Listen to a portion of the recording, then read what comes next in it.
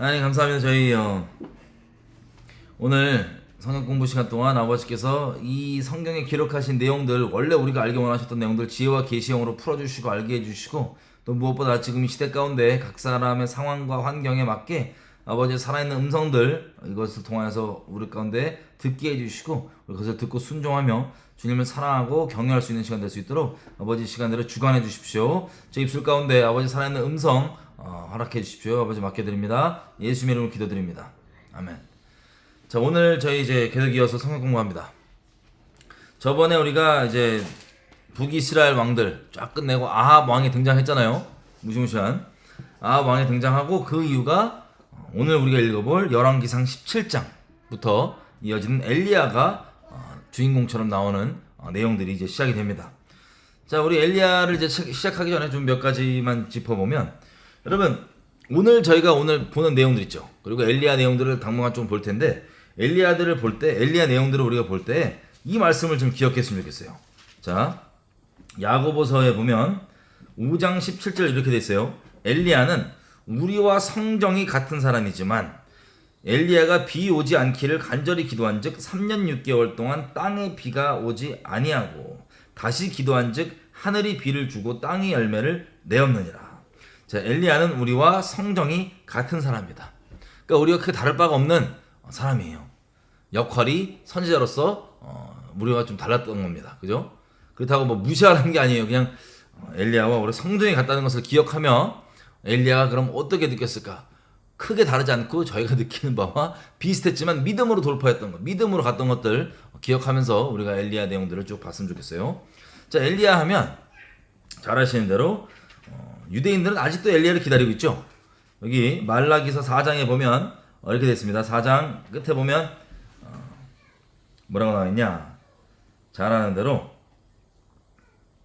4장 5절 보라, 여호와의 크고 두려운 날이 이르기 전에. 크고 두려운 날이 뭐예요? 구약 전체, 성경 전체에서 주님 오실 때입니다. 마지막 때입니다. 마지막 때, 그죠? 크고 두려운 날, 주님의 재림의 날 오시기 전에, 크고 두려운 날이 이르기 전에 내가 선지자 엘리야를 너희에게 보내리니 그가 아비의 마음을 자녀에게로 돌이키게 하고 자녀들의 마음을 그들의 아비에게로 돌이키게 하리라.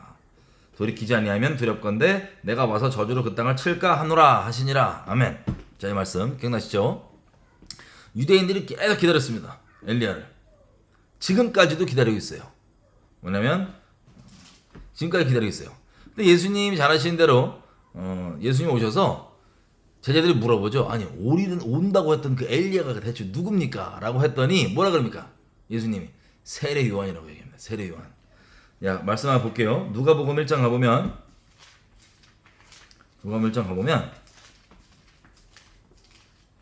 자, 엘리야가 죽지 않고, 나중에 우리 보겠지만 죽지 않고 살아서 하나님께 올라가잖아요. 그죠? 그런데 누가복음 1장에 보면 17절 이렇게 돼 있어요. 세례 요한에 대한 예언인데 이렇게 얘기합니다. 천사가 하는 말이에요. 저가, 세례 요한이요, 저가 또 엘리야의 영광, 엘리야의 심령과 능력으로 주 앞에 앞서서 가서 아비의 마음을 자식에게, 거스리는 자를 의인의 슬기에 돌아오게 하고 주를 위하여 세운 백성을 예비하리라 라고 미리 예언이 되어 있습니다. 그죠? 영어로 보면 뭐라고 되어 있냐면 He will also go before him in the spirit and power of Elijah. 그러니까 엘리야의 영과 엘리야의 능력으로 간다고 되어 있어요. 그리고 예수님께서도 직접 확인을 해주시죠. 오리라 온 엘리야 누구냐? 세례 요한이다. 몇 장에 나와 있냐면 11장 14절에 이렇게 됐죠. 마태복음에 보면 이렇게 되어 있습니다. 자, 만일, 예수님 하신 말씀이에요. 만일 너희가 즐겨 받을진대 오리라 한 엘리야가 곧 이 사람이니라. 귀 있는 자는 들을지어다 라고 얘기하십니다. 예수님이 지금 직접 얘기하시는 거예요. 온다고 했던 그 엘리야가 바로 세례 요한이다 라고 얘기하시는 거예요. 자, 그래서 우리가 알 수 있는 건, 예수님 오시기 전에 예수님이 직접 말씀하시기를 그 유대인들이 기다렸던 엘리야가 누구냐면, 오리라고 한 그 엘리야가 누구냐면 세례 요한이라는 거예요. 세례 요한. 그래서 예수님이 직접 오시기 전에, 그러니까 예수님이 그 말씀 자체이잖아요. 복음. 그게 우리 심령에 들어오기 전에 우리 심령을 준비시키는 것. 세례 요한이 자기 입으로 얘기를 하죠. 나는 광야에 외치는 소리인데, 이사야서 말씀을 인용하잖아요. 이사야서 40장 말씀을 인용하는데 한번 가볼게요. 이사야 40장 이 말씀을 인용합니다. 어떤 말씀이냐? 3절 40장 3절 이사야서 외치는 자의 소리여 가로되 자기는 외치는 자의 소리래요. 세례 요한이 자기를 두고 이 소리라는 거예요. 어떤 소리냐? 너희는 광야에서 여호와의 길을 예비하라. 사막에서 우리 하나님의 대로를 평탄케 하라. 골짜기마다 도두어지며 산마다 작은 산마다 다 낮아지며 고르지 않는 곳이 평탄케 되며 험한 곳이 평지가 될 것이요 여호와의 영광이 나타나고 모든 육체가 그것을 함께 보리라. 대저 여호와의 입이 말씀하셨느니라. 아멘. 아멘. 자, 이게 세례 요한 스스로가 바리새인들의 사람들이 궁금해갖고 넌 대체 정체가 뭐냐라고 엘리야 즉 세례 요한에게 물어봤더니 세례 요한이 이 말씀을 인용해요. 자기는 이 소리라고. 무슨 소리? 자, 우리 항상 얘기하잖아요. 하나님의 말씀은 온전하고 하나님의 복음은 완벽합니다. 복음은 굳이 설명하고 설득할 필요가 없어요. 그냥 있는 그대로 들어가면 그 내용이 우리 가운데 뒤집어지게 돼 있는 그런 내용인데, 중요한 것은 하나님의 말씀, 그리고 특히 복음이 우리 심령 가운데 복음으로서 역사를 못하는 것은 믿음으로 안 받는 것도 기본이 있지만 우리 심령에 문제가 있어서 그래요. 마음에 울퉁불퉁 교만하고 높고, 그리고 말씀이 있는 그대로 안 들어오고 삐딱하게 꾸부정돼 있고 하는 이 모든 것들을 평탄케 하고 온전케 하고 구분기를 펴게 해서 그 말씀이 말씀으로 오게 하는, 모든 육체가 여호와의 영광을 보게 하는, 그 복음이 복음으로 들어오게 하는 그 역할을 세례 요한이 한다는 거예요. 자, 그게 바로 엘리야 세례 요한의 역할이었습니다. 자, 그 이후에 이제 변화산에 가면은 죽음을 보지 않았던 엘리야, 그리고 모세가 오죠. 모세는 아마 죽었죠. 모세는 죽었는데 무덤을 하나님께서 숨기셨고 우상 숭배할까봐 이스라엘 자손들이. 어쨌든 엘리야는 죽음을 보지 않고 하늘로 올라갔잖아요. 휴거처럼 올라갔단 말이에요, 그죠? 그 엘리야가 나중에 변호사에서 예수님을 만나지만 그 오리라고 했던 엘리야, 그것은 세례 요한이라고 예수님께서 직접 말씀을 하십니다. 그래서 요한계시록에 보면은 이제 두 증인이 나오잖아요. 두 증인에 대한 해석이 여러 명 있습니다. 여러 개가 있는데, 뭐 어떤 사람은 두 명의 선지자다, 어떤 사람은 두 교회다, 뭐 두 종류의 교회다, 여러 가지가 있지만 기본적으로 저는 두 선지자라고 믿습니다. 그래서 두 명의 선지자, 두 증인, 이 두 명에 대해서도 어떤 사람은 뭐 엘리야 한 명이고, 뭐 누군 모세고 뭐 다 의견이 달라요. 정확히 모르겠는데 아마 엘리야가 세례 요한 때처럼 오지 않을까 싶은 추측이 있습니다. 추측. 저도 정확하게 하니까 뭐 누구도 얘기하신 적이 없으니까. 보통은 다 그런 건 아니지만 성경에 나오는 예언들이 약간 좀 한번 예고편처럼 성취됐다가 완전하게 문자가 들어 성취되는 것들이 있어서, 만약에 엘리야가 그렇게 올 수도 있으니까 엘리야일 수도 있다고 보는 거죠, 그죠? 어쨌든 중요한 것은 오늘 우리가 볼 이 내용은 많은 특징들이, 엘리야의 특징들이 우리가 오늘부터 보는 내용 가운데 볼 수가 있습니다. 다시 엘리야가 우리와 같은 성정이라서 이 내용들을 볼 때 여러분들이 엘리야는 특별한 사람이고 엘리야는 뭐 위대한 선지자니까 우리랑 마음이 다를 거야, 그렇게 생각하시면 안 돼요. 히브리서에서 뭐라고 얘기하냐면 예수님조차도 우리의 마음을 다 아시는, 체휼하셔서 우리 다 어떤 마음 느끼실지 다 아시는 체휼하시는 분이라고 그러셨는데, 예수님은 하나님의 본체이시고 엘리야는 우리랑 성정이 같은 사람이래요. 그래서 엘리야가 느꼈을 것이, 우리 생각하면 엘리야니까 뭐 이렇게 뭐 특별하게 생각할 수 있는데, 성정이 같다고 하는 건 뭐 거의 같은 걸 느꼈을 거라고 보면 됩니다. 근데 다행히 감사하게도 엘리야는 상당 부분, 아닌 부분도 있었어요. 상당 부분 믿음으로 다 온전히 서서 우리에게 믿음의 의인의 선배로서의 본을 보이고 있는 거죠. 자, 그래서 이런 배경을 가지고 우리가 열왕기상 17장을 한번 보기 시작하겠습니다. 열왕기상 17장 1절.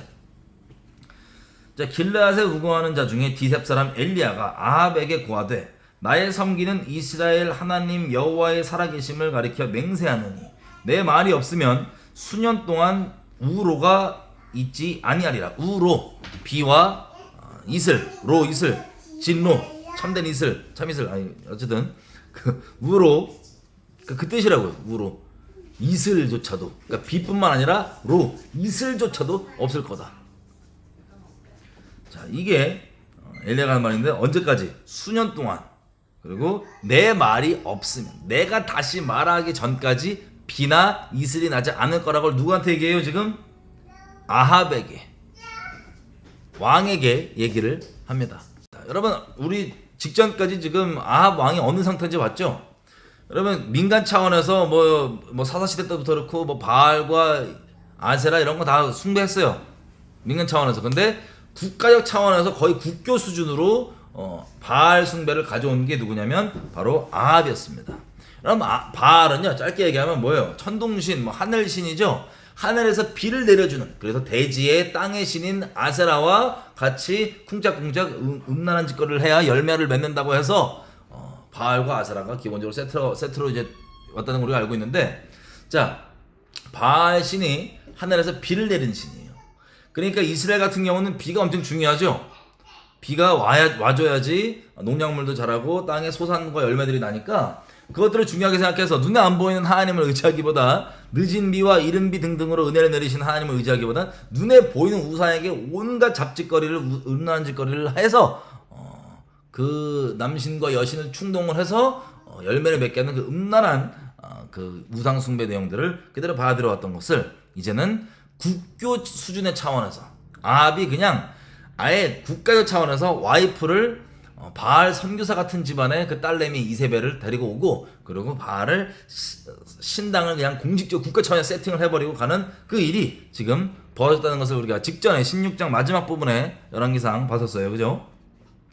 자, 그래서 이제 보통 비를 내리는 바알 신인이 이게 오면은 비가 잘 와야 될 거 아니에요. 근데 하나님께서 감사하게도 은혜를 베풀어 주시려고 이스라엘 백성들에게 누가 참 하나님인지, 그리고 바알이 얼마나 헛된 것인지, 아무리 바알이 와봤자 비가 오는지 안 오는지에 대해서 하나님께서 분명히 보여주시려고 자비하신 하나님께서 엘리야를 통해서 이제 말씀하신 거예요. 아합 왕에게 네가 비 내리게 한다는 그 우상을 그렇게 세팅을 해서 난리를 치는데, 엘리야를 통해서 뭐라고 얘기하십니까? 이렇게 얘기해요.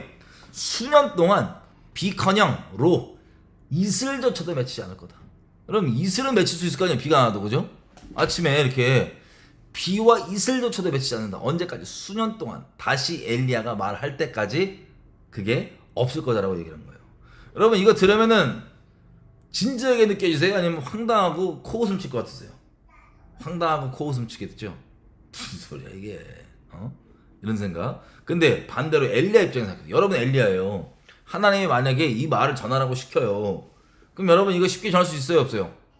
다시 말씀드리지만 항상 믿음에서 믿음으로만 사는 겁니다.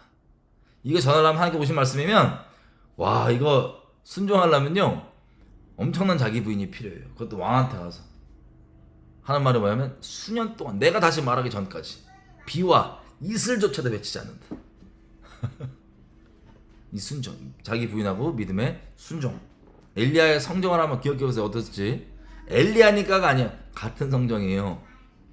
그래서 그 얘기를 합니다. 그 다음에 여러분 혹시 뭐 경험해 보신지 모르겠어요. 하나님께 어제 주신 말씀이나 뭐 순종하는 것을 순종하는데, 약간 어떤 사람들이 이 순종했을 때 아니면 전했을 때 이상하게 여길 것들을 순종하잖아요. 그러면 그것을 순종하는 것도 믿음으로 순종하는데, 순종한 다음에도 계속 믿음으로 마음을 지켜야 돼요. 왜냐면 내가 미친 거 아닌가? 내가 진짜 막 별의별 생각 다 들거든요. 다 같은 성정 엘리야. 그래서 그러고 있는 엘리야에게 하나님 이렇게 얘기하세요. 2절에 여호와의 말씀이 엘리야에게 임하여 가라사대 너는 여기서 떠나 동쪽으로 가서, 사마리아 동쪽으로 쭉 가면 가서 어디로 가냐면 요단 앞에 그릿 시냇가, 요단강 앞에 그릿 시냇가가 있어요. 여기 이 지도 보여드릴게요. 요단강 앞에 여기 보이시죠? 자 여기 사마리아에서 요 동쪽으로 쭉 가면 요단강 있죠. 건너면 길르앗이 있어요. 길르앗에 우리가 잘 아시는 대로 옛날에 모세 때 두 지파 플러스 반 지파가 거기 남아있기로 하죠. 거기 길르앗이에요. 거기에 디셉 지역이 있고, 길르앗에 엘리야가 거기 이제 출신입니다. 이 사람인데 여기 이제 보시면 여기 써있죠. 브루크 체리트. 거기가 우리가 지금 본 대로 그릿 시냇가입니다. 그릿 시냇가. 자, 저기를 가라는 거예요. 하나님께서 저기를 가서 언제까지? 자, 시냇가에 가서 숨으래요. 일단 동쪽 시냇가로 가서 숨어라. 숨고 시냇물을 마셔라. 내가 까마귀들에게 명령을 해서 거기서 너를 먹이게 하리라 라고 얘기를 합니다. 여러분 이거 상상합니다. 같은 성경 엘리한테 지금 이걸 선포하고 마음이 어떡할까 막 마음을 지켜야 되고 내가 미친 거 아닌가 등등등 여러 가지 생각이 있을 텐데 여기서 하나 더 명령하시는 게 뭐냐면 너는 동쪽으로 가라. 동쪽에 가서 거기에 그릿 시냇가가 있는데 거기서 일단 숨어라가 명령이에요. 숨어라. 아니 당당하게 지금 예언 선포해놓고 지금 하나님의 사람이 당당하게 순교라든 뭐라든 해야지 등등 온갖 우리의 종교적 잣대로 생각할 수 있잖아요. 근데 하나님께서 엘리야에게 말하는 게 뭐냐면 숨으래요. 숨고 거기서 기다리고 까마귀죠. 까마귀 먹을 거 걱정할 거 아니에요. 먹고 사는 거. 까마귀한테 명령을 해서 너한테 밥 먹을 거니까 넌 그 시냇가 물을 마시고 까마귀가 주는 밥을 먹어라. 이렇게 명령을 하십니다. 여러분 이거리가 이미 다 스토리 알기 때문에 되게 쉽게 생각하는데 한번 상상을 해보세요. 내가 엘리야야. 근데 거기 가서 하나님께 나한테 하시는 말이 뭐냐면 동쪽으로 가서 머릿속에 뭐가 문제가 있겠어요? 먹고 사는 문제 어떡하지? 한 먹이신데 가서 물을 먹으래. 근데 문제가 있어요. 분명히 지금 자기가 선포한 내용이 뭐예요? 아합한테 선포한 내용은 다른 게 아니고 비와 이슬조차도 수년 동안 없을 거라고 얘기했는데 그 수년 동안 없으면 그 그렛 시냇가는 남아나겠어요? 마르겠어요? 당연히 마르겠죠. 본인이 선포한 예언의 내용에 상반되게 상식적이지 않은 내용을 순종하라는 거예요. 여러분 저는 많은 걸 이제 예수님 믿고 본 게 뭐냐면 하나님께서 누구를 통해서 어떤 말씀을 막 하잖아요. 그러면 다들 그 말씀을 있는 그대로 가지고도 하나님께 맞냐 아니냐 확인해 보는 것도 아니고 다들 무슨 생각하냐면 자기 머리의 상식과 자기의 어떤 논리를 가지고 에이 말이 안 되지 그렇게 예언하면 이렇게 되는데 이게 말이 돼? 이런 식으로 제껴버리는 무시무시한 일들을 너무나 많이 봤어요. 정말 무서운 일입니다. 그건 정말 무서운 일입니다. 엘리야도 자기 상식이 있고 논리가 있으면 생각할 수 있을 거 아니에요. 아니 지금 방금 아예 이슬도 비도 안 내린다고 선포를 해놓고 선포를 하라고 해놓고서는 지금 나보고 저쪽에 가서 시냇가에서 시냇물 먹고 살라고.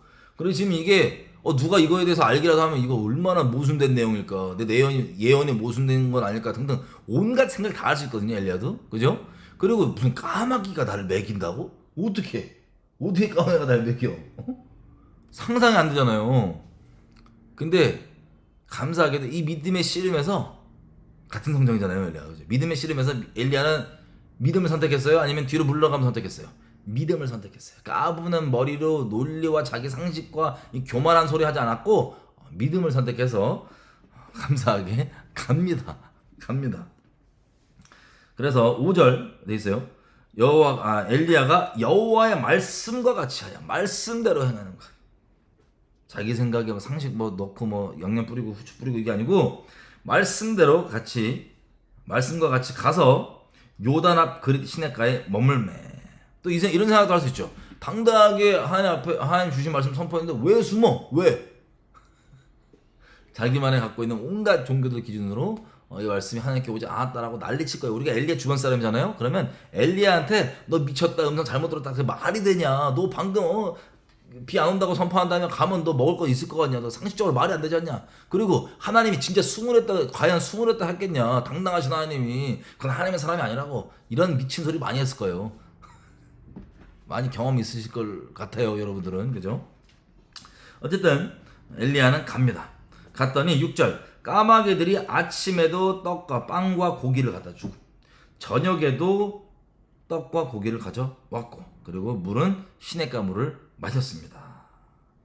그리고 7절에 땅에 비가 내리지 아니하므로 얼마 후에 그 시내가 마르니라. 여러분 생각해보세요. 이게 항상 마찬가지지만 하나님이 저 여러분 먹이시고 입히시죠? 아멘이죠? 진짜예요. 진짜 먹이시고 입히세요. 근데 이게 한 번, 두 번이 아니라 쭉 먹이시고 입히십니다. 아멘이죠? 이 믿음 있으시죠? 믿고 안 믿고 이게 사실이에요. 사실이에요. 물론 하나님께서 이 믿음 때문에 다루실 수도 있으나 사실이에요. 하나님은 능력이 제한이 없으신 분이시고 부족함이 없으신 분이십니다. 자, 그런데 보세요. 한 번은 까마귀가 갖고 왔어. 신기해요. 진짜 말씀대로 까마귀가 갖고 와서 이거 먹었어. 신기하겠죠? 같은 성경 엘리야. 얼마나 신기하겠어요. 근데 그 다음에 또 믿음 떨어지면 어떻게 돼요? 그래 한 번은 그래 우연일 수도 있잖아. 믿음 떨어지면 우연일 수도 있잖아. 또 과연 또 이거 점심에 올까? 점심 안 와. 점심 안 와서 거봐 안 와. 점심은 안 와. 그럼 어떻게 저녁에 올까? 저녁은 왔어요. 자, 하루 그렇게 살았어요. 예를 들어서. 그럼 그 다음날 눈 뜨면 또 갈등 대화한대요. 이거 계속 반복이야. 믿음의 정리를 하세요. 믿음의 정리를. 한 번 우연이 아니고요. 하나님께서 계속해서 여러 모양과 방법을 통해서 우리를 먹이시고 입히시는 분이십니다. 자, 또 한 가지는 제가 이제 보는 게, 보세요. 하나님께 지금 순종을 했잖아요. 순종을 했는데 많은 사람들이 기독교적으로 오해가 있는 틀이 있어. 고정관념이 뭐냐면 하나님께 순종을 하면 세상 기준으로 좋은 일, 잘 되는 일만 생기는 거라고 오해를 하더라고요. 그리고 심하게는 어떻게 기복신앙 같은 경우는 하나님께 순종하면 돈 많이 벌고 뭐 잘 되고 뭐 먹을 거 풍족하고 이런 먹고 뭐 이런 뭐 하여튼 뭐 문제 없고 뭐 이런 것들 형통하고 이런 것들만 생각하시더라고요. 그죠? 그런 분들에게 한번 생각해보세요. 엘리야 입장에서 그런 기준이라면 이거 참 순종하기 어려운 거예요. 가서 지금 노숙을 하래요. 시냇가에서 숨어서. 그것도 노숙을. 아이, 집에서 디셉 사람 엘리야 집이 어땠는지 모르겠으나 집에 잘 살고 있는데 집이 그래도 최소한 집은 있을 거 아니에요. 그죠? 갑자기 그걸 떠나서 노숙을 하래요. 시냇가 가서. 자, 여러분에게 이 말씀이 온다면 감사함으로 순종하겠어요? 아니면 내가 이런 것까지 해야 돼? 내가 어떻게 이렇게 살아? 이런 악독한 마음으로 원망함으로 순종하는 척 하겠어요? 감사함으로 순종하는 우리가 되도록 마음을 미리미리 확정해 놓읍시다. 아멘이죠?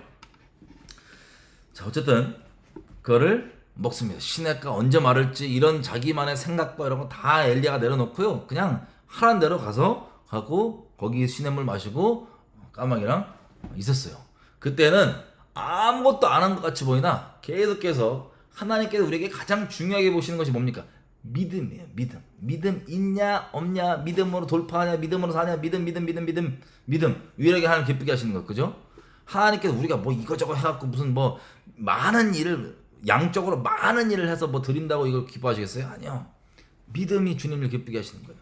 이게 그냥 짧게 기록으로 넘어갔지만 엄청난 믿음의 씨름이 있었을 거라고 저는 봅니다. 같은 성경 엘리야. 믿음의 씨름. 그죠? 그래서 드디어 믿음으로 가면서도 비가 지금 그쳤는데 이거 언제 시냇가가 마를까? 눈으로 볼 때 점점 시냇가가 말라볼 거예요. 그죠? 아니, 비가 점점 한 방에 마르지 않을 거 아니에요. 비가 안 오니까 시냇가가 이렇게 넓던 게 점점 좁아지니까는 엘리야도 계속 믿음의 씨름을 해야 돼요, 안 해야 돼요? 안 그래도 지금 까마귀나 와서 이거 믿음은 돌파했지만 지금 시냇가 마르는데 그 다음 어떡할까? 하나님밖에 믿을 게 없는 거예요. 자기가 어떤 방법 찾는 게 아니라. 그래서 그때 그걸 보면서 믿음으로 계속 있었던 엘리야. 그리고 역시나 7절 땅에 비가 내리지 아니하므로 얼마 후에 그 시내가 마르니라. 그러니까 얼마 그렇게 몇 번 믿음에 이렇게 다루신 다음에 시내가 말랐어요. 그럼 어떻게 이제 목말라서 어떻게 살아요? 8절 그 상황 되면 하나님께서 살아계시기 때문에 내가 뭐 준비하고 내가 뭐 하는 게 아니라 그때 주님께서 말씀을 주십니다. 그 말씀이 우리를 살리는 거예요. 여호와 입에서 나온 말씀이 우리를 살리는 거예요. 아멘이죠? 여러분 이거 진짜 짐승의 표도 그렇고 먹고 사는 문제 앞으로 더더욱 이거 믿음 없으면 안 돼요. 그냥 세상에서 나름 이건 해야지 등등 여러 가지 생각이 있을 수 있으나 여러분이 믿음이 터가 되어 있지 않다면, 이 믿음이 정말 똑바로 되면 터가 되지 않다면 그건 핑계에 불과한 거예요.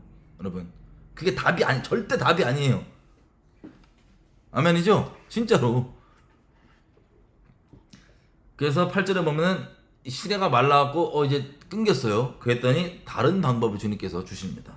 8절에 여호와의 말씀이 엘리야에게 임하여 가라사대 너는 일어나 시돈에 속한 사르밧으로 가서, 이제는 이방 땅으로 가래요. 이방 땅으로. 어디 뭐 숨어 있다가 거의 무슨 유배 아니면 무슨 도망자 수배자 수준으로 숨어 있다가 이제 이방 땅으로 가래요. 이방 땅. 저 위쪽에 시돈 두로 그쪽에 속한 사르밧으로 가서 거기서 살아라. 언제까지? 얘기할 때까지죠. 뭐 답 없어요. 가라 그러면 가는 거예요. 언제까지? 거기 있으라 할 때까지. 아멘이죠?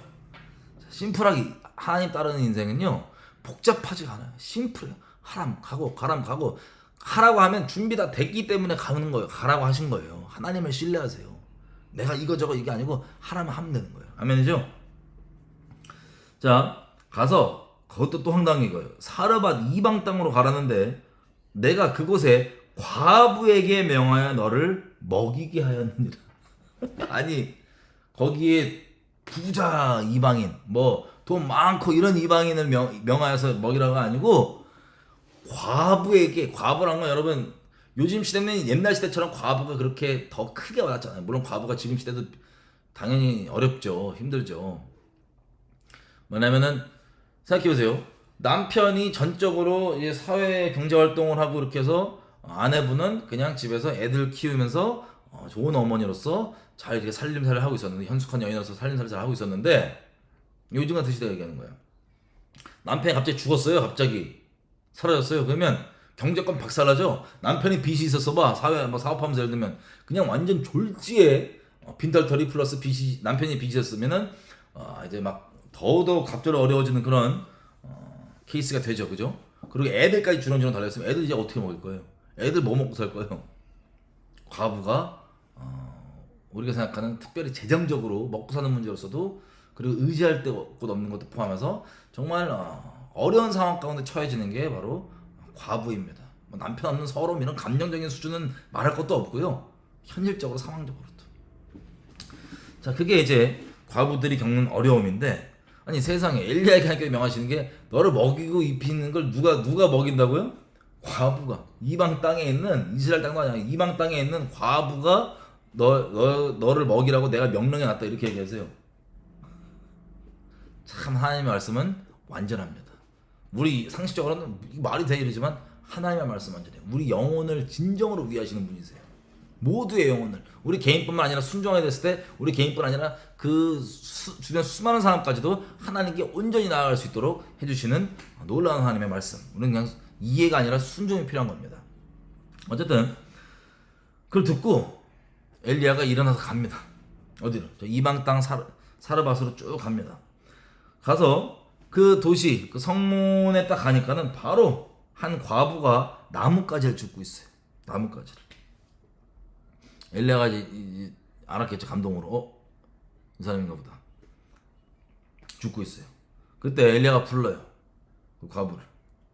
하는 말이, 자, 나한테 물 한 잔만 갖다 주십시오.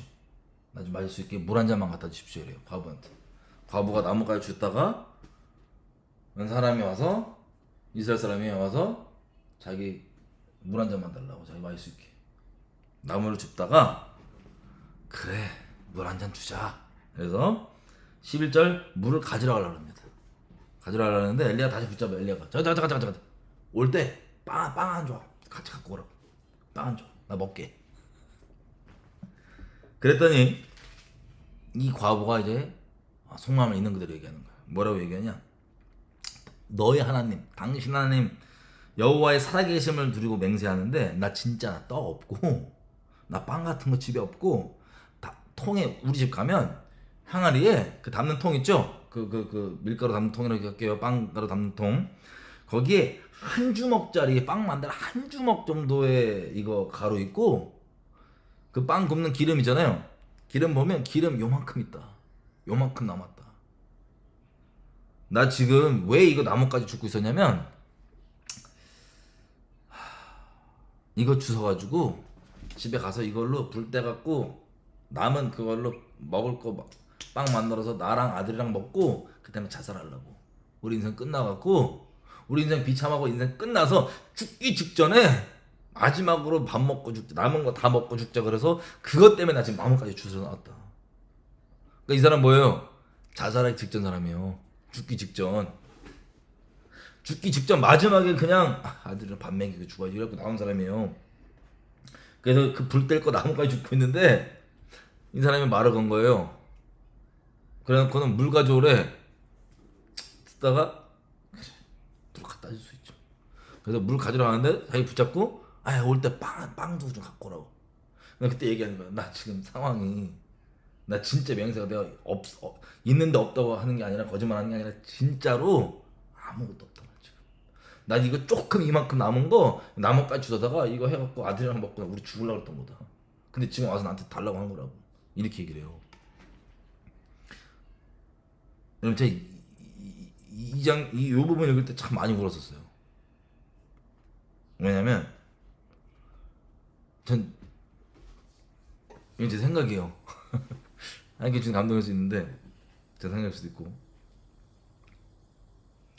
이 사르밧 과부가 하나님께 기도했던 것 같아요. 죽기 전에 있잖아요. 기도했던 것 같아요. 하나님 정말 이스라엘 하나님 정말 살아계시다면, 이스라엘에 뭐 이런 일도 있고 저런 일도 있고 뭐 한다고 하는데, 이스라엘 하나님이라도 당신이 정말 살아계시다면 내 지금 상황과 꼴을 봐라. 어떻게 됐는지, 무슨 일을 겪었는지, 왜 과부가 됐는지 우리가 다 알 수 없지만 과부가 이 지경까지 가기까지 겪었을 그 처절함과 이런 것들을 우리가 얼핏 추려볼 수 있습니다. 그죠? 살아계시다면 내 꼴을 보십시오. 나 이거 지금 마지막으로 아들이랑 먹고 나 죽을 겁니다 라고 기도했을 것 같아요. 그래서 제가 그런 기도들도 하나님께서 응답하시고 살 길을 손을 내미시는 하나님의 이런 자비함 때문에 제가 이거 볼 때 참 많이 울었습니다. 엘리야는 그런지도 모르고 그냥 가는 거죠. 다시 말씀드립니다. 한 사람이 그냥 순종이요, 그 사람은 그냥 자기 부인하고 순종하는 거지만 수많은 그 사람 순종하는 본인에게만 유익이 아니라 수많은 사람들에게 그 순종 자체가 생명의 역할, 엄청난 하나님의 뜻과 나라가 임하고 이루어지고 확장되고 하나님의 선하신 뜻이 이루어지는 것이 된다는 걸 다시 한번 기억하면서 우리는 우리 상식 까불지 말고 그냥 순종해요. 아멘이죠? 자, 그래서 13절 엘리야가 이래요. 그 과부에게 말하는 게 두려워 말고 가서 뭐 당신 말대로 뭐 이렇게 하지만 그 당신 말대로 한다고 하는 그 뭐 알아서 하시고 그렇게 하기 전에 먼저 나에게 케이크 하나 구워주시고 빵 하나 만들어 주시고 나 먼저 내게 갖고 온 다음에 그 다음에 과부님 그리고 아드님 드세요. 만드세요. 라 그런 거예요. 여러분 이것도요 상관없어요. 엘리야 같은 성령이잖아요. 쉽지 않아요. 뻔뻔함. 보통 인본적으로요 우리가 이런 얘기 듣잖아요. 어떤 과부를 들으면 어떻게 돼요? 내가 엘리야인데 물 달라 그러고 아니 올 때 빵 좀 갖고 오라 그랬더니 사실은 나 지금 죽기 직전에 마지막 먹고 죽으려고 그랬는데 이런 얘기 들으면 어떤 마음 들어요? 죄송하다. 나 죽으려면 미안하다. 이런 마음 들 거 아니에요. 그죠? 인간적으로. 그죠? 근데 엘리야는 계속해서 믿음에서 믿음으로 서면서 믿음의 사람으로 점점 강건해지고 있습니다. 여러분 사역 자체가 중요한 게 아니에요. 하나님께서 우리 개개인들을 믿음의 사람으로 만들어 가시는 이 과정이 우리 모두 개인의 인생 가운데 여정입니다. 엘리야도 마찬가지였어요. 믿음의 사람을 만드시는 거예요. 계속 더더욱 인간적으로 미안한 마음이 있겠죠. 하지만 거기에서 믿음을 더 온전히 세워서 하는 말이 걱정하지 말라고. 왜? 하나님이 분명히 얘기하셔서 순종해서 와서 이 사람 만났잖아요. 그죠? 하나님 먹이신다 그랬잖아요. 이 사람 통해서 그 믿음이 있는 거예요. 마치 아브라함이 아들을 통해서 너의 유업을 이어갈 거다 다 약속 쫙 해놓으신 다음에 야 아들 바쳐 그랬더니 상식적으로 이거 순종하면 말이 안 돼요. 상식적으로 말이 안 되는데 상식 필요 없어요. 죽이라면 죽이고 순종을 하는데 어떤 믿음이냐? 아브라함과 하나님과의 그 개인 여정 가운데서 내가 얘를 하나님 명령하시니까 진짜 죽이는데 제물로 바쳐도 맹혈인이 아니에요. 너무 사랑하지만 이걸 내가 바쳐도 내가 가장 소중한 거지만 하나님께 바쳐도 능히 다시 살리셔서 얘를 통해 계속해서 말씀을 이뤄가시는 신실하신 하나님이라는 이 분명한 그 견고하고 온전해진 믿음이 있었던 거예요. 아브라함에게. 마찬가지로 엘리야에게도 이 과부의 얘기를 들었을 때 가슴 짠하죠. 아프죠. 하지만 하나님께서 말씀하신 대로 반드시 이루신다는 것을 계속해서 엘리야도 점점 믿음에서 믿음으로 온전히 성장하고 굳건해지고 있는 상황이라서 믿음으로 얘기합니다. 그래 그렇게 뭐 말씀하신 대로 하시되 먼저 나에게 떡을 주십시오. 그리고 그 다음에 나무 가지고 먹으라고 아들이랑 아주머니랑 드시라고. 그랬더니 말이 14절 이어서 이렇게 얘기합니다. 엘리야가 왜 이렇게 되냐? 이스라엘 하나님 여호와의 말씀이 나 여호와가 비를 땅에 내리는 날까지 그 통의 가루는 다하지 아니하고 없어지지 않고 그 병의 기름은 없어지지 아니하리라라고 말씀하셨습니다. 라고 하나님 말씀에 근거해서 딱 얘기를 해주는 거예요. 말씀 믿는 믿음으로. 그럼 이것도 자기 부인이 필요합니다. 그죠? 인본적으로는 어려워요. 그래서 얘기를 했더니 15절 이 아주머니도 대단하세요. 아마 보세요. 죽으려고 하는 사람은 이런 것들에 대해서 아주 간절해질 수 있습니다. 더더욱 간절해질 수 있습니다. 쏙쏙 빠져들 수 있습니다. 이 하나님과 이 믿음과 이런 것들에 대해서. 물론 저도 그렇지만 개인적 차원에서. 이분은 지금 죽으려고 한 사람이잖아요. 근데 이렇게 제 생각에 아마 기도했을 거라고 봐요. 감사하게도. 하나님 그 기도 응답으로 보내주신 거예요. 엘리야를.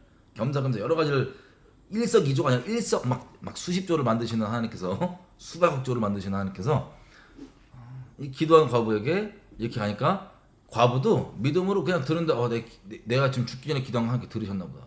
내 지금 꼴 보시라고. 나 먹을 것도 없고 뭐도 없고 이대로 죽을 수밖에 없고 끝나고 죽는다고. 이렇게 기도했던 이 내용들을 들으셨거든. 이스라엘 하나님이. 그래서 저 멀리서까지 지금 보냈구나. 그러니까 우리 개인 인생에도 진짜 이런 거 많거든요. 아시죠?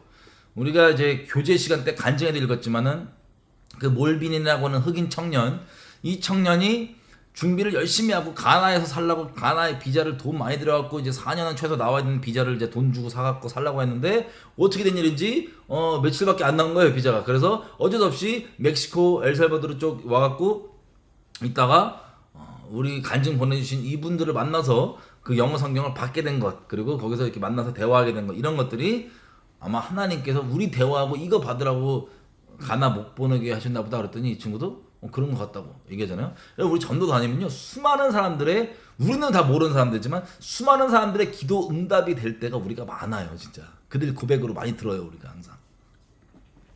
어쨌든 이 과부도 그랬던 것 같아요. 감사하게 자비로우신 아버지께서 듣고 계신 거, 이방 땅에 있는 과부지만 듣고 계셨던 이방 과부. 그래서 엘리야를 보내주십니다. 수배자 혹은 도망자처럼 보이는 엘리야, 그 당시 때.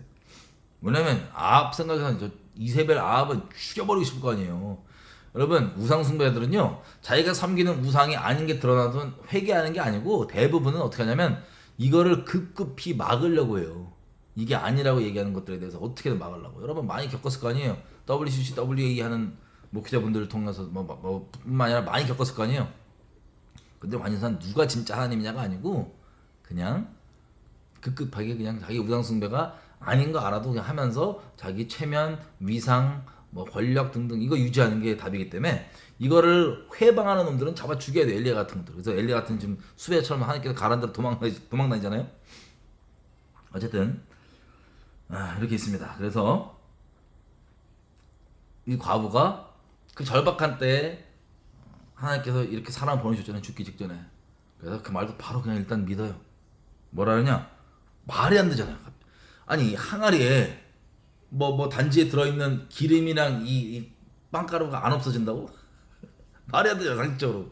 그냥 믿는 거예요. 자기 죽기 전에 지금 기도했는데, 제 생각에 아마 죽기 전에 기도했는데 이렇게 왔으니 믿는 거예요. 믿어서 엘리야 말대로, 그래 일단 엘리야 처음 보는 사람, 황당한 얘기한 사람 빵을 만들어 줘. 그러니까 인간적으로도 이분이 선한 분이에요. 과부가 나쁜 분은 아니에요. 매몰차나 나쁜 분은 아닌 것 같아요. 그죠? 근데 나쁜 일들 인생에 많이 겪은 거죠. 겪기 참 어려운 일들을. 그래가지고 이제 어이가 없고 어쨌든 참 그렇게 해서 얘기를 했더니, 엘리야 말대로 했더니 진짜로 계속해서 밀가루라 그럴게요. 이 곡식 안 없어지고 빵 이거 안 없어지고 기름 안 없어지고 계속 먹는 거예요. 계속. 15절에 보면은 식구가 먹었대요. 엄마 아들 둘밖에 없었는지 아니면 누가 또 딸렸는지 모르겠지만 어쨌든 계속 먹었대요. 식구가. 여호와께서 엘리야로 하신 말씀같이 통의 가루가 다하지 아니하고 병의 기름이 없어지지 아니하니라. 아멘. 다시 말씀드립니다. 보통 이 정도 체험했으면 믿음 가운데 딱 설 것 같잖아요. 아니에요. 사람은 믿음은 과거의 믿음 아무리 뛰어나서도 지금 내가 믿음 똑바로 또 믿음으로 서지 않으면 그거 소용없어요. 과거의 믿음은 믿음에서 하나님의 의는 믿음에서 믿음으로만 계속 사는 거예요. 믿음으로만. 그때 순간순간 매일마다 믿음으로. 어제 믿음이 지금의 믿음이 보장이 안 돼요. 어제 믿었지 않냐? 어제 순종했지 않냐? 지금은 왜 안 되냐? 지금이 중요한 거예요. 어제 순종했냐 안 했냐가 중요한 거. 지금이 중요한 거예요. 지금. 살아있는 관계는 지금이 중요합니다. 지금. 어쨌든 이 정도 되면 믿음에 설 것 같잖아요. 근데 그 다음에 바로 그 다음 사건 통화에서 여전히 믿음에 온전히 서 있지 못한 이런 어마어마한 기적을 체험하고 있는 한가운데, 마치 만나를 하늘에 떨어지는 만나 메추라기를 먹고 있음에도 불구하고 계속해도 믿음에 서지 못했던 이스라엘 백성도 우리가 황당하게 생각하지만 이 과부도 비슷해요. 결국엔 마지막에는 감사하게 과부는 믿음에 서는데 어쨌든 이 비슷해요. 그런 기적 한가운데 있어도 감사하지 못하고 원망 가운데 있고 믿지 않은 사람들 수두룩합니다. 그 지옥 땔감 중에서 여러분 아무도 없으셨으면 좋겠어요. 그분들은 지옥 가는 분들이잖아요. 그죠? 거기서 다 나오셨으면 좋겠어요. 나오셨으면. 자, 17절. 그 다음 무슨 일이 벌어지냐? 2일 후에 그 집 주모되는 여인의 아들이 병들어 증세가 심히 위중하다가 숨이 끊어진지라. 여러분 상상해보세요. 엘리야 우리 같은 성정인데 우리가 어떤 집에 하나님이 그 집에서 너 먹인댔으니까는 그 집에 얹혀 살아요. 얹혀 살면은 얹혀 살면은 약간은 눈치가 보인다 안 보인다? 보이죠 당연히. 그리고 부유한 집도 아니고 겨우겨우 먹고 사는 집에 얹혀갖고 이렇게 엘리야가 있는데 얼마나 있었는지는 모르겠지만 정확하게 그게 약간 마음이 약간 좀 쉽지 않고 엘리야도 계속 믿음의 싸움이에요. 무슨 말인지 알아요? 상황도 어렵고 관계도 약간 그렇지만 이러고 있는데 계속 믿음으로 있는 거예요. 엘리야도 다루시고 다 다루시고 과부도 다루시고 어쨌든 그런데 세상에 우리가 얹혀 살고 이러고 있는데 그 집 애가 죽었어. 보통 우리가 얹혀 있거나 그러면 좀 좋은 일 좀 생기고 괜찮은 일 좀 생기면 뭐 얹혀 살게 해주는 그 집안 사람도 좋고 얹혀 사는 나도 기분 깔끔하고 얼마나 좋을 텐데 세상에 하나님이 가장 우리에게 좋은 거 주시는데 그 집 애가 죽었어요. 그 집 애가 병 들어서 숨 끊겨 죽었어. 그냥 숨 끊겨서 병 들어서. 와, 엘리야 같은 성정 우리 같으면 생각해봐요. 진짜 엘리야도 동일한 마음이에요. 뭐라고 얘기하냐 이렇게 얘기해요. 18절에 보면 그 과부가 엘리야에게 이르되 하나님의 사람이요 당신이 나로 대체 내가 무슨 상관이 있길래 당신이 오니까 내가 죄에 확. 그러면 하나님의 사람 말씀을 가진 사람이라 그럴게요. 말씀 본체이신 예수님도 마찬가지고 말씀이 우리 심령을 찔러 쪼개고 막 중심을 드러내기 때문에 그 있으면 죄가 막 드러나야 안 드러나요. 중심이 막 괴롭잖아요. 그죠? 말씀 앞에 말씀 가진 사람 앞에도 마찬가지. 예수님 당연하고 예수님 말씀 본체이시니까. 근데 이 엘리야랑 있으면서 이 과부도 막 중심이 막 드러났을 거 아니에요. 막 자기 죄와 막 이런 게 막 그래갖고 안 그래도 힘들어하고 있는데 당신 과부가 말하는 게 당신 대체 무슨 나랑 상관이 있길래 와갖고 내 죄 계속 나 찔리게 하고 나 정죄감 들게 하고 막 그리고 이제 내 아들까지 죽게 하냐. 그러려고 왔냐 지금 당신. 와, 안 그래도 그 먹을 거 풍족하지 못해갖고 믿음 반 의심 반 겨우겨우 끼니끼니 진짜 오늘도 안 없어졌네 이러고 먹는 집에 붙어갖고 밥 먹는데 그 집 아들까지 죽고 그 집 엄마가 와갖고 이제 막 얘기하는데 얼마나 엘리의 마음이 그렇겠어요. 같은 성정이니까. 지금 당신 와갖고 내 아들 죽이려고 왔냐고 울면서 얘기했을 거 아니에요. 자기 과부에겐 재산이 뭐가 있어요. 아들이 다죠.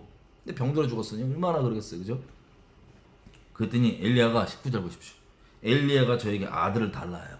여러분 유대인들 기본적으로 제사장뿐만 아니라 시체를 안 만지잖아요. 정결법 때문에 또 뭐 정결하게 하고 뭐 해야 되니까 시체를 안 만지잖아요. 그죠? 엘리야가 이방인 그것도 이방인 자식을 죽은 애 시체를 달라 그래요. 일단 달라 그래요.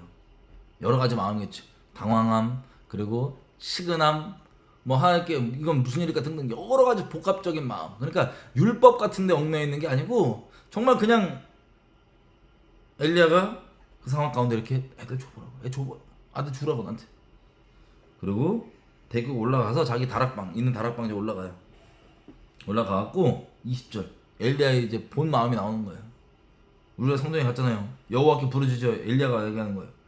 나의 하나님 여호와여 주께서 또 한 번이 아니에요.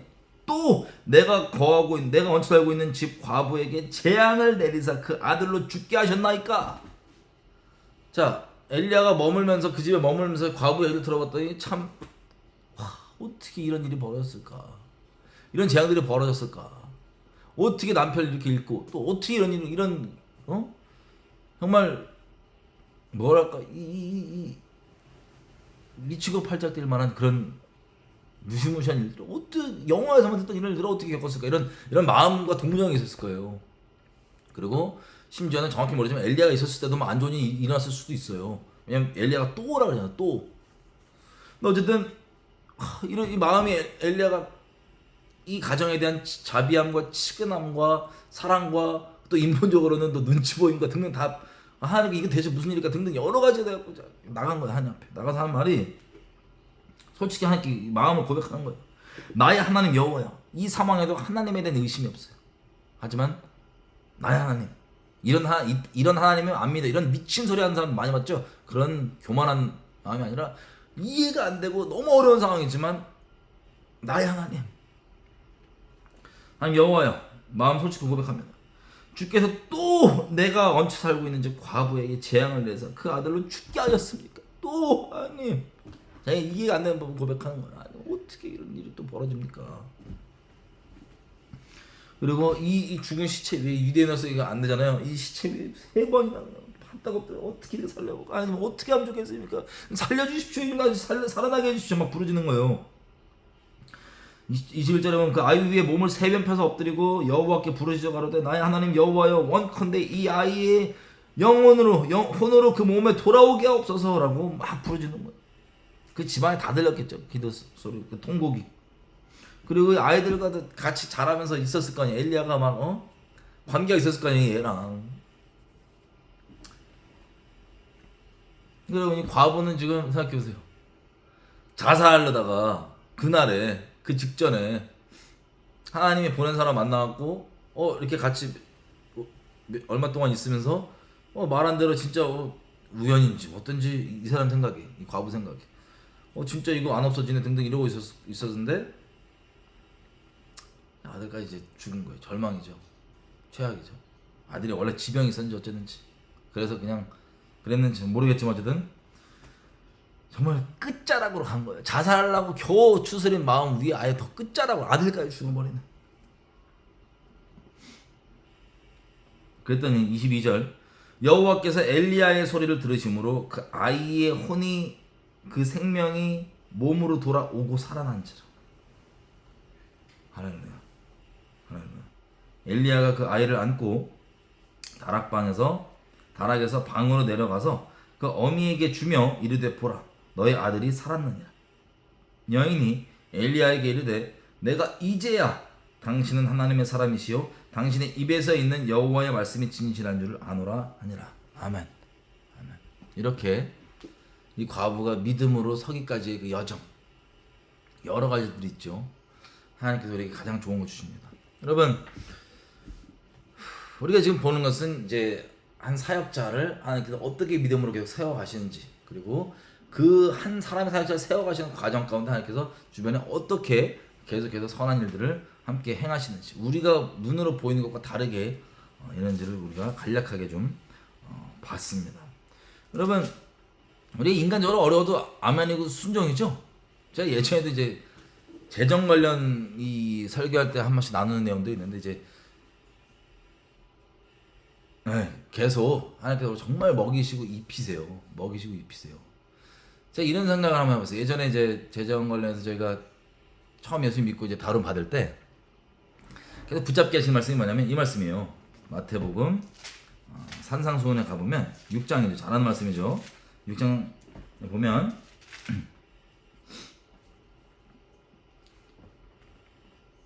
줄여서 이 부분만 볼게요. 24절 한 사람이 두 주인을 섬기지 못할 것이니 혹 이를 미워하며 저를 사랑하거나 혹 이를 중히 여기며 저를 경히 여김이라 너희가 하나님과 재물을 겸하여 섬기지 못한다. 맘몬과 하나님 동시에 못 섬긴다. 불가능하다 라고 얘기해 주시면서 25절 그러므로 내가 너희에게 말하는데 목숨을 위해서 무엇을 먹을까 무엇을 마실까 몸을 위하여 무엇을 입을까 염려하지 말라. 여러분 또 오해하지 마세요. 오늘 점심 뭐 먹지? 이런 말도 하지 말라는 게 아니에요. 목숨을 위해서 어떻게 내가 먹고 살까 이 얘기하는 거예요.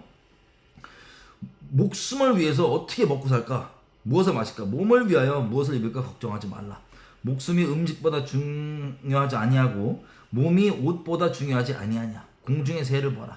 심지도 않고 거두지도 않고 창고에 모아들이지도 않지만 너희 하늘 아버지께서 기르시나니 너희는 이것들보다 귀하지 아니하냐. 너희 중에 누가 염려함으로 그 키를 한 자나 더할 수 있느냐. 또 너희가 어찌 옷을 위하여 염려하냐. 들의 백합꽃이 어떻게 자라는가 생각하여 보라. 수고도 아니하고 길쌈도 아니하느니라. 그러나 내가 너에게 말하노니 솔로몬의 모든 영광으로도 입은 것이 이 꽃 하나만 같지 못하였느니라. 아멘. 오늘 있다가 내일 아궁이에 던져지는 이 들풀도 하나님이 이렇게 입히시는데 하물며 너희일까 보냐 믿음이 적은 자들아. 그러므로 염려하여 이르기를 무엇을 먹을까 무엇을 마실까 무엇을 입을까 하지 말라. 이는 다 믿지 아니하는 이방인들이 구하는 것이라. 너희 하늘 아버지께서는 이 모든 것이 너희에게 있어야 할 줄을 아시느니라. 너희는 먼저 그의 나라와 그의 의를 구하라. 그리하면 이 모든 것을 너희에게 더하시리라. 그러므로 내일 일을 위하여 염려하지 말라. 내일 일은 내일 염려할 것이요 한날 괴로움은 그날에 족하니라. 아멘. 이 말씀 한창 이제 저에게 처음 저도 예수 믿자마자 처음 이 말씀 이제 가르쳐 주시고 새겨 주시는데 한 번 이런 적 있어요. 저희 어머니가 이제 어머니랑 저랑 이제 둘이 살았잖아요. 저희 어머니 이제 가보시니까 갈라지셨으니까 둘이 사는데 제가 철이 없어갖고 이제 음악 한다고 까불어갖고 무슨 돈 벌고 그런 거 아예 안 했단 말이에요. 근데 이제 집에 빚도 있고 그러다 보니까는 어머니도 처음 이제 감사하게 예수님을 믿게 됐고 우리 가족 중에서 믿고 시작은 하는데 재정 부분이 이게 걸리는 거예요. 과부고 이제 재정 뭐 빚 있고 이렇게 하니까 그래서 한 번은 얼마가 뭐 빚을 갚아야 되는 그 만기 뭐 상환이겠죠. 와서 갚아야 되나 돌아가고 저한테 이제 얘기를 하는 거예요. 어떡하냐? 직장 좀 구해라 이제. 이 빚이 얼마까지 몇백만 원 이렇게 줘야 되는데 언제까지? 어떡하냐 좀 구할 수 없냐? 그러는데 제가 일을 안 하겠다는 게 아니고 제가 이제 하나님께 이제 기도인 거 가지고 가봤죠. 잠깐 기다려보라고. 하나님께 기도했더니 하나님께서 이 우리가 읽었던 말씀 딱 주시면서 걱정하지 말라고.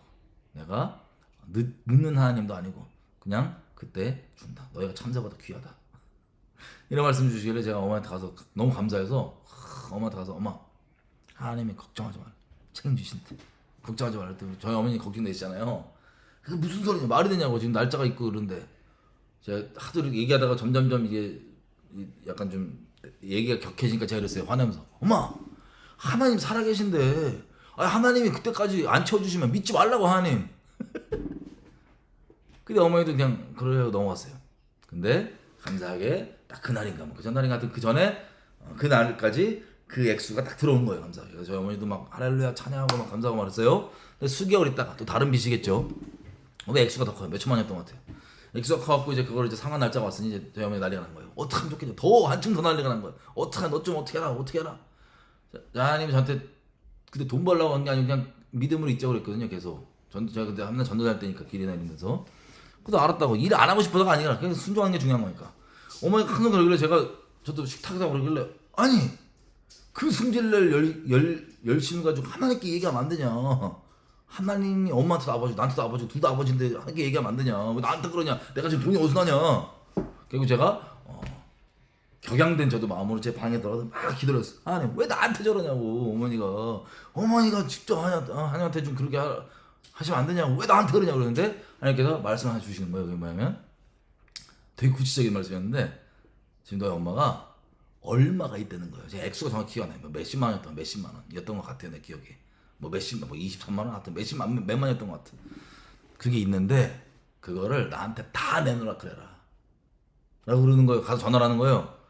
내가 기다 나왔어요. 엄마 지금 격양대가 지금 약간 다투다 들어왔잖아요. 엄마 하니 그러는데 엄마 지금 뭐 얼마 있다는데 그거 하면 다 바치라는데? 나 그랬어요. 그랬더니 어머니가 그랬더니 가봐요. 저 어머니가 너는 비상금 넣는다. 그게 이제 아마 제게 거의 전재산이었던 것 같아요. 그 현금 좀 넣어놓는 서랍에 이걸 딱딱딱 세보니까 딱 그 액수인 거예요. 어머니가 할렐루야 그러더니 이걸 이제 바치고 그 다음부터 어머니도 감사하게 믿음으로 서서 재정으로 가게 되는 그 연형 가운데 잘 가셨습니다. 자 이제 이게 저 같은 경우는 이제 어머니까 그렇게 바쳐라 이렇게 얘기할 수 있지만 엘리야 같은 경우는 생각해보세요. 아니 다른 사람 엄마도 아니고 다른 사람한테 가갖고 야 자살하겠다는 사람한테 이거 먹고 죽겠다고 하는 사람한테 이거 한 끼 만들 거리 있다는 사람한테 한 조각 내놓으라고. 이거 믿음으로 아멘이시죠? 여러분 지금 이 여정은요 17장은 다른 것도 다른 거지만 특별히 먹고 사는 문제 관련해서 믿음으로 서는 것. 이거가 사역자건 뭐 사역자가 아닌 사람이건 상관없어. 하나님을 믿는 모든 사람들에게 주님께서 반드시 다뤄주신다는 것. 여러분 때가 가깝거든요. 정말로 주님 오실 때가 가까워요. 여지껏은 이 부분에 대해서 확실히 믿음으로 서 있지 않아서 대충 넘어갔을 수 있으나 이제는 절대 못 넘어가요. 절대. 이스라엘 백성도 광야에서 뺑뺑이 들었던 우리 신명기 8장 통해서 계속 얘기했죠. 왜 그랬냐? 너희가 먹고 사는 문제 때문에 사는 게 아니라 먹고 살려고 사는 존재가 아니라 여호와 입에서 나온 말씀을 이걸 순종하고 사는 존재라는 걸 알게 해주려고 하나님께 능력이 없으셔서가 아니라 그렇게 했던 거다. 여러분 이 믿음의 여정 이 믿음이 되면 다른 것도 다 믿음 될 수 있을 거예요. 믿음에서 믿음으로 주변 뭐 제가 말씀드렸지만 우리 엄마 가족이니까 당당하게 얘기한다. 아니 그것도 되고 그것도 해야 되고 하나님께 명하시면 무엇이든 엘리야 같은 상황에서도 다 당당하게 믿음에서 믿음으로 갈 수 있도록 보는 모든 분들께 믿음이 사도록 더 이상 이거 미루지 않고 이제라도 이 믿음의 씨름을 분명하게 들어가고 시작해야 돼요. 하나님께서 능력이 없으시고 제한이 막 그래갖고 그렇게 하시는 게 아니에요. 여러분들이 부유하게 있던 부유하지 않게 있던 그게 중요한 게 아니라 어떤 상황에서도 주님께서 채우신다는 걸 알고 믿고 감사함으로 믿음에서 믿음으로 전진하는 이것을 만드는 것. 두 주인을 섬기지 않고 오직 한 주인 유일하게 하나님께서 맞짱 대상으로 보는 만몬, 이거 제끼고 믿음으로만 살게 하는 것, 이게 하나님께서 엘리야 같은 이런 당대 선지자, 진짜 이런 하나님 사람뿐만 아니라 모든 하나님을 믿는 모든 사람에게, 하나님 믿는 사람이 다 하나님의 사람이죠. 모든 사람에게 하나님 정말 믿는다면 반드시 다루는 겁니다. 이게 때가 됐어요. 더 이상 미룰 수가 없는 때입니다. 하나님, 여러분 기도하실 때 다뤄주십시오. 믿음에서 믿음으로 살 수 있게 해주십시오. 그리고 어느 상황에 있던 하나님께서 정말 우리의 기도 응답하시고 또 작은 신임에도 응답하시는 선하신 분이시니 절대 이분은 우리 기도 안 듣는 분은 아니세요. 절대 이분이 우리가 겪을 때, 여러분 과부의 입장에 계신 분들이 있다면 생각해 보세요. 왜 나에게 이런 정말 충격적이고 너무나 슬퍼서 이 꼬꾸라질 일들이 계속 벌어지냐. 하나님 가장 선한 거 주십니다. 가장 선한, 우리 모두에게. 이거 아들이 뭐 살고 병 안 걸리고 그리고 먹을 게 풍족하고 자살 할 생각 없을 정도로 먹을 게 풍족했다 할지라도 믿음 없으면 그냥 지옥 가요. 믿음 없으면 하나님과 상관없는 거예요. 그거는 불행 중에 불행이에요. 전 세계. 아멘이죠? 그래서 여러분들 혹시 겪고 있는 일 중에 이거 왜 이런 일이 벌어질까 걱정하지 마세요. 하나님께 나아가십시오. 믿음으로 나아가십시오. 이 믿음의 시험 잘 우리 믿음으로 통과합시다. 감사함으로 나가십시다. 그래서 결국에는 우리가 알 거예요. 하나님이 이거 없었으면 나 하나님께 온전히 못 썼구나. 이거 없으면 나 믿음 없는 사람을 지옥 갔겠구나. 이거 없으면 나 큰일 나겠구나. 하나님께 나를 사랑하셔서 이런 끝자락에 정말 등 떠밀려 있는 듯한 그런 낭떠러지 앞에 등 떠밀려 있는 듯한 그런 느낌이랄지라도 하나님께서 우리에게 가장 좋은 것 주십니다. 믿음에서 믿음으로만 살아가는 우리 될 수 있으면 좋겠습니다. 같이 오늘 조명해 주신 대로 같이 우리 기도하고 같이 기도할게요.